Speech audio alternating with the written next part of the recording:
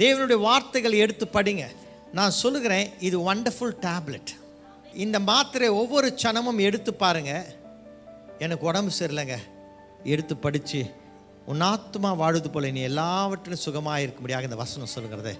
இதை நான் விசுவாசிக்கிறான்டவரே, இயேசுவின் நாமத்தில் நான் விசுவாசிக்கிறேன், எனக்கு சுகத்தை கொடுப்பேன் சொல்லுகிற வேளையிலே தெய்வ சுகம் உனக்குள் உண்டாகும். மருத்துவர்கள் உதவி செய்கிறார்கள், ஆனால் கர்த்தரோ நிலை நிறுத்துகிறார். இதை நீங்கள் புரிந்து கொள்ள வேண்டும். ஸ்தோத்திரம். மருத்துவர் இந்த ஹார்ட்டை எடுத்து இன்னொரு ஹார்ட்டை டிரான்ஸ்பிளேட் பண்ணணும், இல்லை இந்த ரூட்டெல்லாம் பண்ணணும்னு ப்ளம்பிங் ஒர்க்கெல்லாம் சொல்லுவாங்க. கர்த்தர் பார்ப்பார், கல்லான இதயத்தை எடுத்து சதையான இதயத்தை ஃபிக்ஸ் பண்ணணும்னு ஒரு மறைவாக ஒரு சொல்லியிருக்கிறார். இந்த சதையான இதயம் ஓட்டையாகி போச்சு, இன்னொரு நல்ல சதையான இதயம் வைங்க சொன்னால் செய்வார்.